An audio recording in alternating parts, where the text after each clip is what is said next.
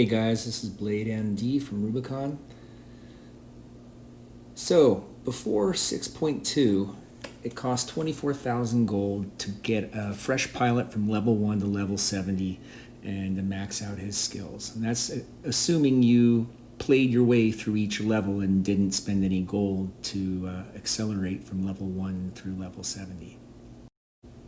So let's say you wanted to move a skill or change a skill on your pilot. It would only cost you about $1, because you could use the random roller and usually get the skill you want for 500 gold or oftentimes even less. And so let's say you want to now move your Adrian pilot to a new bot, and so it would cost you roughly $10, about 2,500 gold, in order to move him over and self-select using the random roller to get your skills that you want. So here's an example of me doing exactly that. I've moved my Adrian from a Ravana over to the Ares because I really wanted to try out the Ares with the new jump module. So I started selecting skills, and oh my gosh, it's 500 gold to randomly select now, and it's 2,000 gold if I want to pick the skill I want. So this ends up translating to 6,000 gold if you self-select and then choose to max out the tiers. It's 6,000 gold per skill.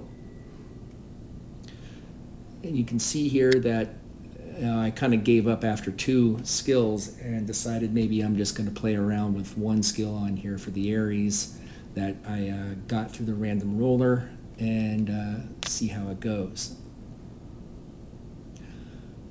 Whereas before it would cost me no more than $10 to do it. That's not so bad, but now you can see when you start taking the pilot from T1 to T2, it's another 500 gold. When you go from T2 to T3, it's 1,000 gold, and T3 to T4, that's 2,000 gold.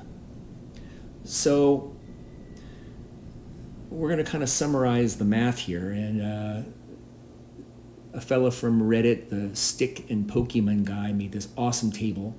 Props to him. In 6.1, it's $100 to max out a pilot to level 70, $1 to change a skill, and about $10 to move a pilot to a new bot and change all the skills. Whereas 6.2, you can see it's $200 for a max pilot, $30 to exchange a skill, and $180 to move a pilot to a new bot and exchange all its skills for a max level. I don't know about you guys, but I spend a fair amount on this game. I try to keep up with the meta, but this has even put me out of sorts as far as how much money I'm willing to spend.